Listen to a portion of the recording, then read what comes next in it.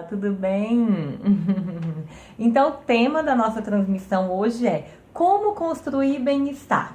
Como que eu faço para construir uma vida em que eu me sinta bem, em que eu me sinta animada, em que eu me sinta disposta, em que eu me sinta com coragem para fazer as coisas, entusiasmada para fazer as coisas. Porque muitas vezes, né, vocês me vêm falar sobre ansiedade, e a gente pensa só nessa questão negativa. Então, a ansiedade é sempre aquele negócio ruim, pesado, uma agitação, uma angústia, às vezes sintomas físicos. E aí, o que vem fora disso? Como que eu posso estar melhor fora disso? E aí vem o conceito de bem-estar. Né? Hoje eu vou trazer algumas reflexões para vocês pensarem como que tá isso na vida de vocês. Então, para quem não sabe, eu antes de ser coach, antes de ser Theta Healer, eu sou fisioterapeuta, então trabalhei durante quase 11 anos como fisioterapeuta, mais os 5 anos da faculdade, trabalhei bastante dentro da área de saúde, né? E em hospitais, em clínicas, e aí a gente começa a ver que não é só ausência de doença. Inclusive, quando a Organização Mundial da Saúde fala sobre bem-estar, ela fala que não é só ausência de doença. Então, não é só não estar doente que você tem bem-estar. O bem-estar, ele envolve essa reconexão, ela envolve essa disposição, esse ânimo, essa vontade de fazer as coisas. O bem-estar envolve tudo isso. Então, bem-estar não é só não estou doente, então tenho saúde, tenho bem-estar. Saúde e bem-estar, elas são conceitos muito mais amplos do que simplesmente se relacionar à doença ou não. Então, se eu não tenho doença, isso não quer dizer que eu sou saudável. Olha que interessante, né? Então, a gente às vezes quer viver só, eu só quero acabar com a ansiedade, eu só quero acabar com a depressão, que tudo vai resolver. E isso não é verdade. Já é um passo, lógico que é muito melhor não ter depressão, não ter ansiedade, mas isso não quer dizer que você vai ficar super bem. Então, como que eu faço para ficar super bem? Como que eu faço para realmente ter saúde? Como é que eu faço para realmente ter bem-estar? E aí a gente vai começar a olhar agora para as coisas que nos trazem isso. Porque saúde, bem-estar não é uma coisa simplesmente que acontece, que é sorte, né? É algo que eu consigo fazer. Eu consigo provocar a minha saúde, eu consigo provocar o meu bem-estar. Não é simplesmente assim, os outros têm, os outros são saudáveis. Eu sou diabético mesmo, eu sou depressivo mesmo, eu sou ansioso mesmo. E aí a gente vai ficando se conformando de que os outros têm e eu não tenho. Na verdade, todo mundo que tem bem-estar, todo mundo que tem saúde, são pessoas que foram construindo isso com bons hábitos, com bons pensamentos, com bons estilos de vida. Então, a gente vai conseguindo construir isso. Não sei se você já reparou, pega aí alguém que você conhece, que tem, sei lá, mais de 70 anos. Pensa em uma pessoa que você conhece que tem mais de 70 anos e como que tá o estado de saúde dessa pessoa. Alguém que aí tá meio debilitado, que às vezes tem alguma doença, que tá às vezes até hospitalizado, que tá sempre se lamentando, que não consegue ter ânimo para nada. Pensa nisso, naquela pessoa lá. E agora pega e pensa em outra pessoa com mais de 70 anos que tá super bem, super ativo, fazendo as suas atividades, vai pra lá, vem pra cá, sai pra encontrar os amigos, sai pra encontrar a família, vai construindo isso. Então, olha a diferença, não é a idade, não é sorte. Para e começa, né, se você tiver contato com essa pessoa, assim, de já ter acompanhado um pouco da vida dela, como que foi a vida dela inteira até ela chegar nesse momento. Tanto a que tá doente, quanto a que tá bem. Então, você vai ver que isso é uma construção. Ninguém que chega lá saudável vai falar que, eu nunca me cuidei, ou às vezes até tem algumas pessoas, né? Mas na maioria dos casos, vem de um autocuidado. Vem da pessoa saber colocar o limite das coisas, vem da pessoa se cuidar. E aí a primeira reflexão que eu quero fazer para você agora é: você tem se cuidado? Você tem se planejado para o seu futuro também? Porque o autocuidado, ele transforma a nossa vida agora, no presente e no futuro, para que o futuro seja melhor. Porque tudo que a gente está colhendo hoje, a gente plantou no passado. Então, se por acaso hoje você tem muita ansiedade, se você tem depressão, se você não tem uma vida que tá legal, se você não tem uma vida que te anima, foi você que plantou isso. Não adianta falar que é culpa do fulano, da ciclano, da beltrano. Você foi vivendo de qualquer jeito e a vida foi ficando assim. E a boa notícia disso é que quando você tem esse entendimento, você começa a perceber que você pode mudar isso. E na hora que você já começa a escolher o que você está plantando agora, você escolhe também o que você vai colher no futuro. Né? Um futuro a curto prazo ou um futuro a longo prazo. Faz sentido isso que eu tô te falando? Para e pensa em um minutinho. Para e pensa se o que você está colhendo hoje não foi, às vezes, fruto de um descuido, de um descaso, de falta de tempo, de falta de prioridade que você teve no passado.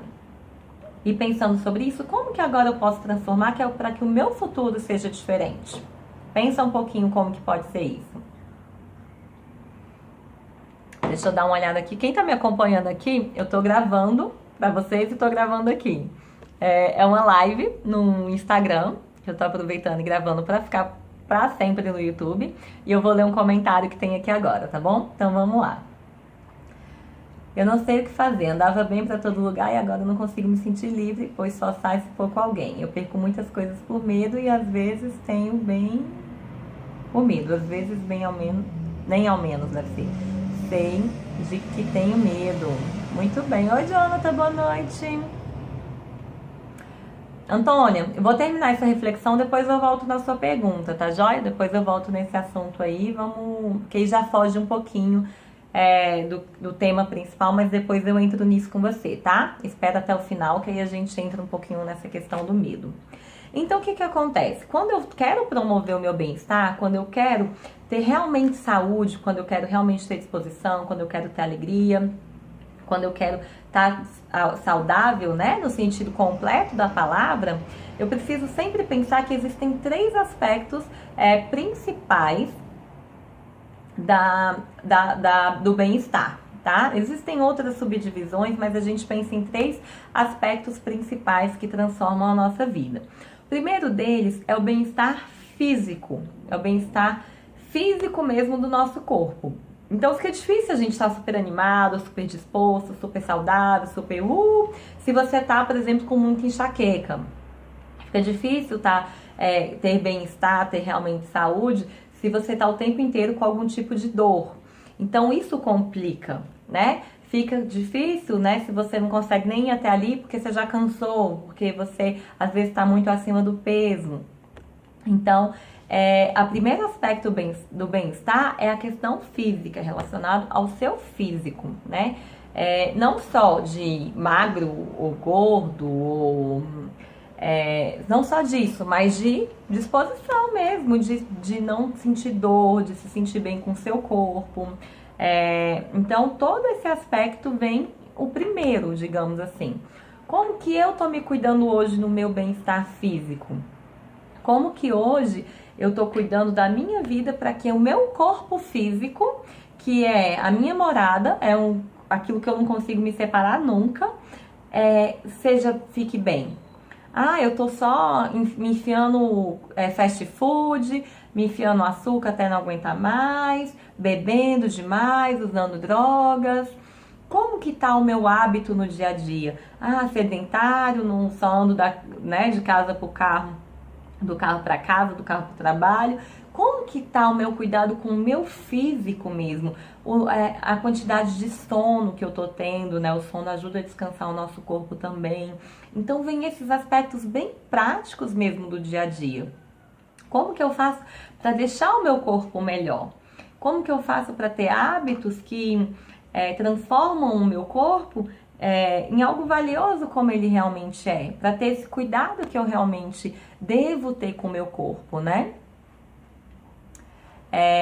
Então, a gente precisa começar a observar isso. Se eu não tenho bem-estar físico, fica muito difícil ter os outros bem-estar, tanto o emocional quanto o espiritual, que é os que eu já vou falar daqui a pouquinho, tá bom? E então, primeiro aspecto para eu começar a pensar, né, do meu bem-estar geral. Como que eu tô me cuidando fisicamente, tá? Como que eu tô tratando o meu corpo para que eu fique bem, para que eu tenha energia, para que eu tenha disposição, para que eu tenha ânimo para ir, voltar, para fazer as coisas, para sair para uma festa. Ontem eu atendi uma menina e aí eu achei muito engraçado, né, que a gente conversando, aí lá, você faz o que você se diverte, que você gosta de sair, que você gosta de fazer? Lá, eu gosto de ir pra festa. Mas eu tô sem dinheiro e tal, e aí ficou aquela história, não posso porque eu tô sem dinheiro. E aí eu falei assim, não, mas deve existir na sua cidade algum lugar que você possa sair sem dinheiro, né? Porque aqui em Brasília tem, você consegue achar, em todo lugar dá pra achar, ou então com pouco dinheiro, algo que você possa economizar e tal. Aí ela ficou parada pensando, na verdade eu tenho preguiça. Aí eu estava jogando a desculpa no dinheiro, e aí se conformando que não tem dinheiro, de repente eu falo, não, na verdade eu tenho preguiça, eu não vou por falta de ânimo. Então já muda a situação. Já deixa de ser, eu não tenho dinheiro para eu estou com preguiça. Se eu estou com preguiça, eu consigo transformar isso a meu favor. Eu tô com preguiça, então não vou porque eu tô com preguiça. Eu tô consciente disso. Agora, não vou porque eu não tenho dinheiro. A gente vai virando coitadinho, né? Vai virando vítima. Então, é legal ter essa consciência, tá? Então, o primeiro aspecto do bem-estar, a primeira base desse tripé, são 3 aspectos. O primeiro aspecto do bem-estar é o bem-estar físico, né? Autocuidado físico mesmo. O segundo aspecto é o aspecto emocional, o bem-estar emocional. E aí vem essa pergunta do Jonathan aí, fala sobre o pensamento obsessivo que gera ansiedade. Vamos lá um pouquinho falar então sobre emoção e eu já entro nisso, tá, Jonathan? É o seguinte, o que é emoção? A emoção é o meu pensamento refletido no meu corpo. Então eu penso uma coisa e isso reflete no meu corpo. Tudo que acontece no meu corpo acontece na minha mente, tudo que acontece na minha mente acontece no meu corpo. A gente costuma separar corpo e mente por uma questão simplesmente didática, mas tudo que acontece em um acontece no outro. Então, se eu tenho uma emoção positiva, se eu tenho uma emoção de alegria, de risada, de prazer, isso reflete no meu corpo com os hormônios que a gente fala que são os hormônios do bem-estar. Serotonina, endorfina, ocitocina e uma série de outros hormônios. Então isso reflete no meu corpo, me deixando relaxada, me deixando tranquila, me deixando leve, aquela sensação de euforia, né? Dependendo do que for. Isso é uma emoção positiva. Se eu tenho uma emoção negativa, eu tenho uma descarga de outros hormônios no meu corpo. Aí vem adrenalina, noradrenalina, vem um monte de outros hormônios aí relacionados ao estresse, né? Vem o cortisol também, que é o hormônio característico do estresse. E aí eu fico naquele estado de tensão, né? De, meu Deus do céu, eu preciso fazer alguma coisa o tempo inteiro, né? Eu preciso reagir, qualquer hora eu posso ser agredida, não necessariamente fisicamente, mas eu posso não dar conta de alguma coisa, alguém pode tentar falar mal de mim, enfim, aí vem um monte de coisa. E então vem essa relação. E aí acaba interferindo no na primeira base que a gente falou do bem-estar, que é a questão física. Se eu tenho descarga de adrenalina, de cortisol o tempo inteiro, aí meu corpo vai ficando tenso. Então é aquelas pessoas que ficam com muita dor aqui no pescoço, né, torcicolo, o trapézio aqui duro o tempo inteiro, né, a pessoa, nossa, parece pedra. Então é relacionado a isso, dores na coluna também vem decorrentes disso. O que acontece, Jonathan, aí que me perguntou e as outras pessoas que estão me acompanhando, com o pensamento obsessivo? Olha só, se eu tô com um pensamento obsessivo em alguma coisa, aquilo ali vira o centro da minha atenção. E normalmente o pensamento obsessivo é com algo negativo, né? Ou então com algo que é positivo e eu quero ficar rodando aquilo ali porque eu tenho medo de perder. Ele sempre tem um fundo negativo. Pode ter sido algo que foi bom e eu quero que repita e eu tô com medo de perder. E porque eu tô com medo de perder aquela situação, acaba virando negativo. Então por exemplo, uma situação de alguém que tem medo do namorado ou da namorada trair. Então, eu tô bem, tô feliz, é o homem da minha vida, a mulher da minha vida, meu Deus, tô apaixonada, mas vai que me trai, vai que me trai, vai que eu perco isso. Então, aquilo ali começa a se tornar um pensamento obsessivo. Ou pode ser o caso, por exemplo, de alguém que já foi traído. E se essa pessoa já foi traída, ela começa a pensar, nossa, todo mundo vai me trair, vai me trair, vai me trair, vai me trair. Então, aquele pensamento fica repetido. Eu tô pensando aquela história mesmo, né? Eu pensando naquele pensamento a vida inteira. Eu fico pensando. E isso é a característica do pensamento obsessivo, né? Então, é ficar voltando sempre na mesma coisa. Algumas pessoas têm pensamentos de morte, outras de traição, outras pessoas que vão ficar sem dinheiro. Então, a gente pode ter vários tipos de pensamento obsessivo. Como que isso gera ansiedade? Já deu pra perceber, né? Se eu tô pensando o tempo inteiro em algo negativo, como que isso vai refletir dentro de mim? Vai refletir com aquela agitação, com medo de que aquilo aconteça, vai refletir que eu tenho que ficar atento o tempo inteiro para ver se aquilo não vai acontecer. Eu não posso descansar. A minha mente está a mil o tempo inteiro. Então eu posso estar no trabalho, mas voltando a esse exemplo que eu dei, eu estou no trabalho, mas será que a minha mulher está em casa mesmo? Será que ela foi fazer compra igual ela falou? Será que ela não saiu com alguém? E aí aquilo vai virando, vai virando. E como que a pessoa não vai ficar ansiosa se ela fica pensando a mesma coisa o tempo inteiro? E aí, como é que faz para resolver? Aí você vai ter que descobrir, não tem como eu fazer isso agora, né, durante uma live.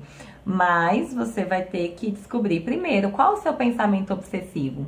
O que que tem realmente por trás daquilo?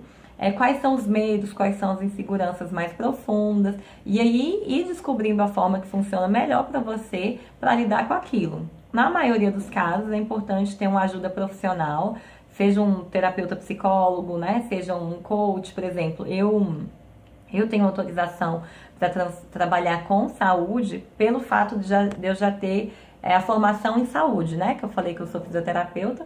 Então, por exemplo, eu tenho autorização para trabalhar com isso, né? Diferente de alguém, sei lá, que era advogado, virou coach, e aí não tem esse conhecimento de base, né? E fora isso, eu utilizo uma outra técnica, que é o Theta Healing, que o Theta Healing ele serve para tirar essas crenças, esses pensamentos. O Theta Healing ele funciona exatamente assim. Você tira esses pensamentos que ficam recorrentes. A gente acredita que é como se fosse nossa mente fosse como se fosse um computador. Então, se tem um pensamento que fica ali, é como se fosse um programinha no computador. O que eu consigo fazer com a técnica? É como se eu tirasse esse programa e instalasse um mais adequado. E aí aquilo ali para de acontecer porque a gente conseguiu tirar aquele programinha. Então, se eu não tenho mais o programa não funciona mais. Mas enfim, o ideal para quando se tem pensamento obsessivo, você está vendo que você não consegue lidar sozinho, é você procurar um profissional que possa te ajudar. Isso é questão, eu sempre falo para os meus clientes que procurar, seja um coach, seja um psicólogo, enfim, seja um médico, qualquer profissional de saúde, não é sinal de fraqueza, de não dei conta. É sinal de inteligência, porque qualquer habilidade que a gente queira aprender, se a gente tem alguém ajudando a gente, é muito mais fácil. Você precisou de alguém para aprender a escrever. Você precisou de alguém para aprender a andar. Você precisou de alguém para aprender a faculdade aí que você se formou, né? A sua profissão. Mesmo que você não tenha se formado numa faculdade, você entrou no trabalho e alguém foi te ensinar. Isso é muito mais fácil do que eu ficar tentando fazer sozinha, né? Clarice, em quanto tempo esse tratamento deve ser feito? É quanto tempo que dura ou quando que começa? Não entendi sua pergunta, você me explica melhor, por favor? Então, quando eu tenho a ajuda de um profissional, o Theta. Quando eu tenho a ajuda de um profissional, acaba ficando muito mais fácil. Tá, o Theta é o seguinte, deixa eu explicar um pouquinho melhor como é que funciona o Theta. Theta é o resumo de Theta Healing. Healing em inglês quer dizer cura. E aí traduzindo, cura pelas ondas Theta.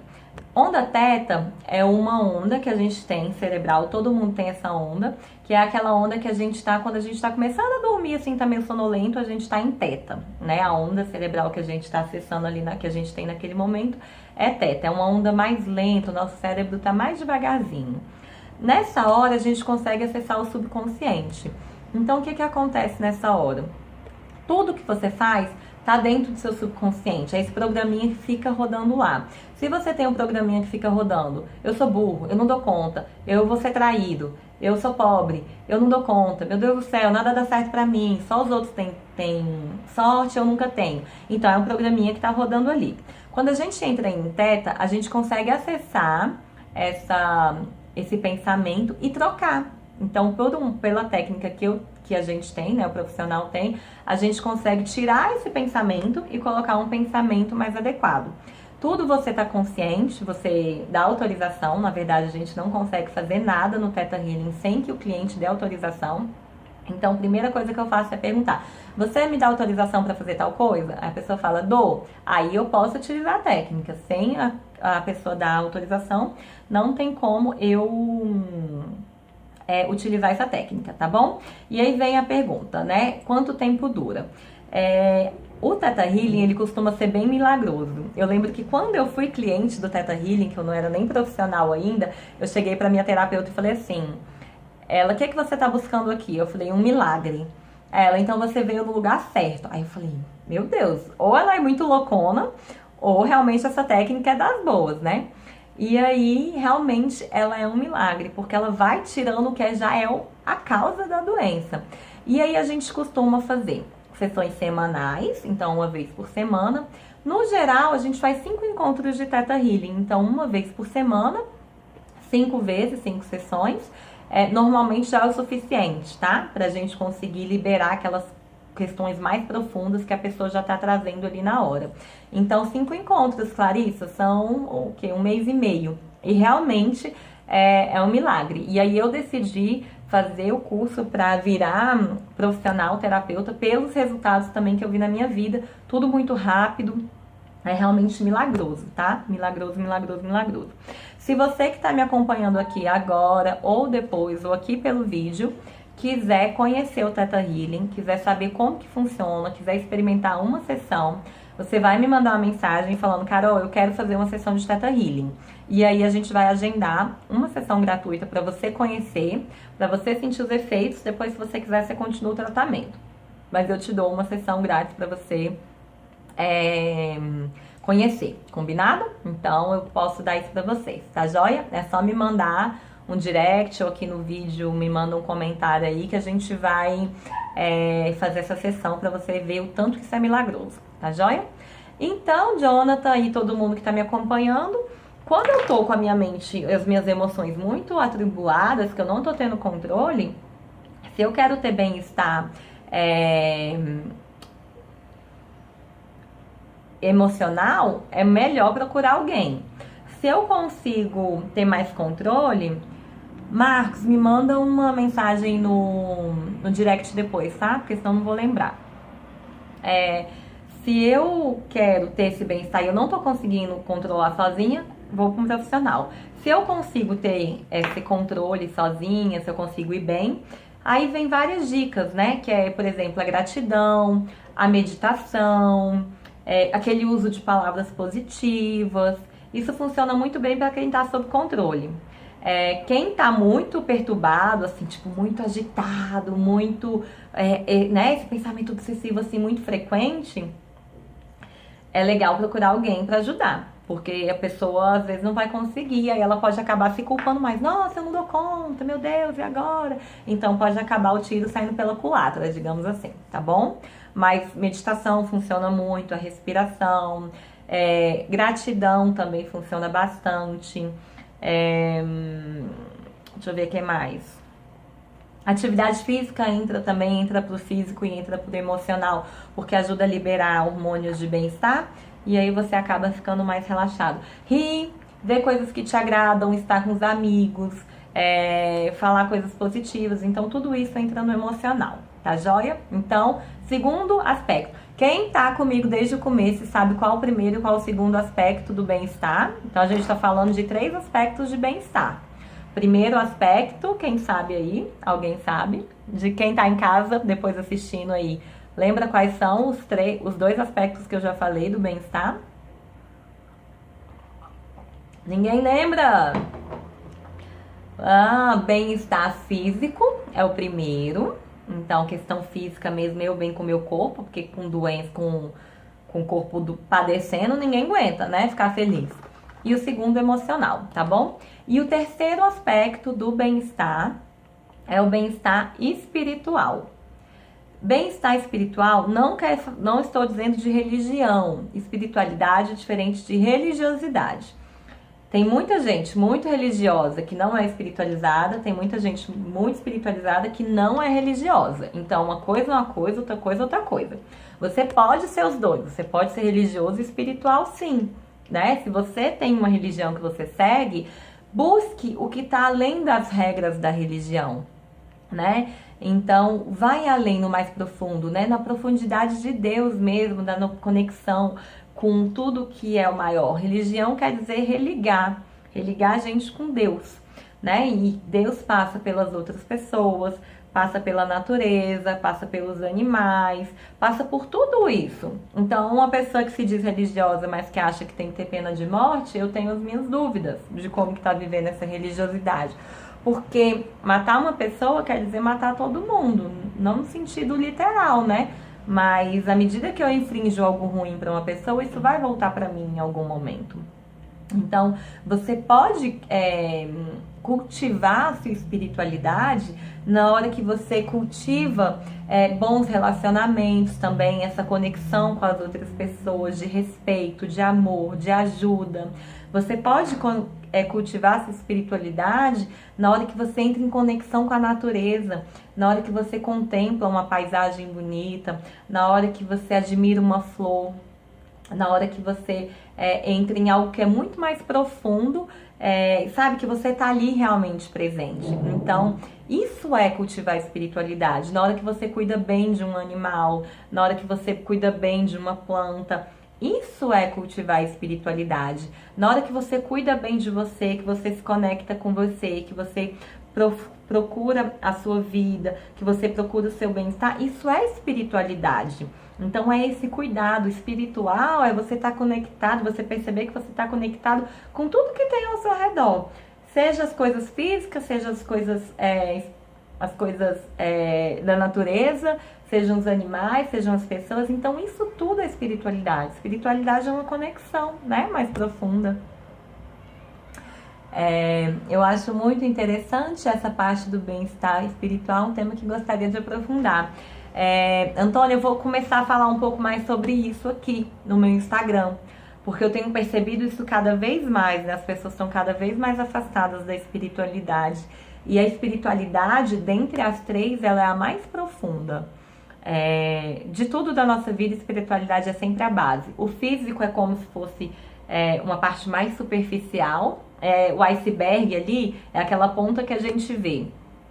De baixo um pouquinho mais vem a questão emocional e o mais profundo é o espiritual. Então eu devo começar a falar mais sobre espiritualidade agora também, tá? No meu canal no YouTube, aqui no Instagram. Então fica atento aí que vai ter muita coisa, tá joia?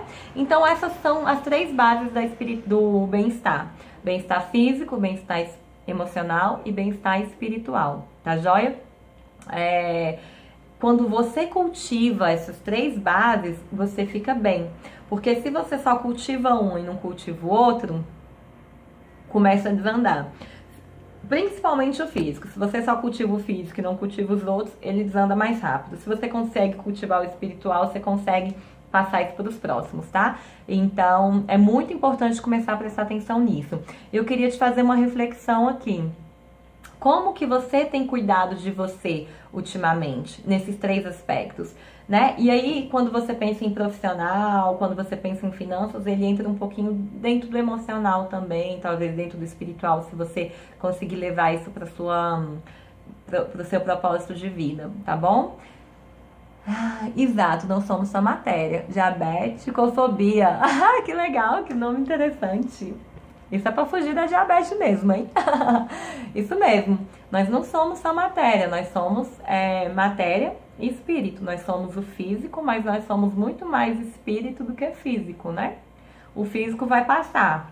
O espiritual, o espírito fica pra sempre. Acredite você em reencarnação ou não, né?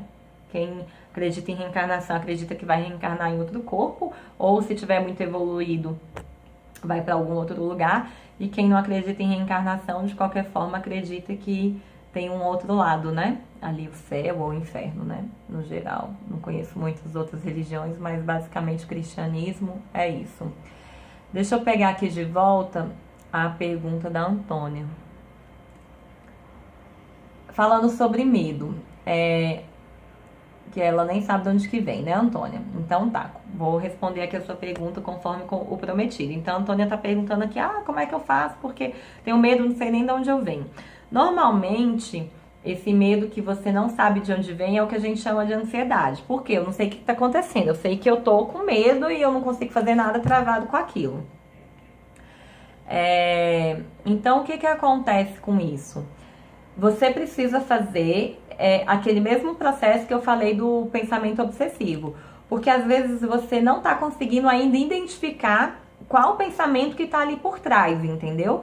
Porque você talvez está em um momento ainda de não conseguir fazer essa identificação. O primeiro passo é tentar entender o que está gerando esse medo, de onde que ele vem, o que está desencadeando. Sempre tem alguma coisa, só que a gente às vezes não consegue entender isso racionalmente num primeiro momento. A gente ainda não tem essa consciência. Então o processo é exatamente o mesmo. Conscientizar e depois perceber qual a causa e como que eu posso lidar com ela. Mais uma vez, se você está num ponto de perceber que tem, mas não consegue lidar com isso sozinha, então você precisa de uma ajuda profissional, tá? Pra te ajudar a fazer isso de uma forma mais rápida, mais inteligente, pra você não ter que ficar lidando com isso sozinho o resto da vida, tá bom? Então a ideia é essa. Uma coisa que ajuda muito a aliviar, compreender os medos é a meditação, ter um hábito de meditar ajuda muito, tá? Essas questões da gratidão, eles ajudam muito. Só que, mais uma vez, se você tá numa situação muito profunda sentindo isso, o mais ideal, existe isso, o mais ideal? O ideal é que você procure uma ajuda profissional, em vez de ficar se virando sozinha. E tem um detalhe pra todo mundo, pra quem tá em casa, pra quem tá me vendo depois. Gente, vídeo do YouTube não resolve nosso problema. Ok? Combinado? É legal ver, pesquisar, saber, mas não resolve. Não adianta você querer curar a ansiedade, síndrome do pânico com um vídeo no YouTube. Não dá. Então a gente precisa entender para que serve e para que não serve, certo? Diabéticofobia, para equilibrar as três, precisa ser meio malabarista de circo. Como fazer é o grande desafio. Será? Será? Se a gente entrar na dança do mundo, fica difícil mesmo. Mas se a gente começar a se conscientizar, dá pra fazer, sabia? Porque é tudo tão relacionado, no final das contas. Na hora que você cuida do seu espiritual, você cuida do seu emocional. Isso facilita você cuidar do físico. Então a gente, às vezes, a gente complica muito, né?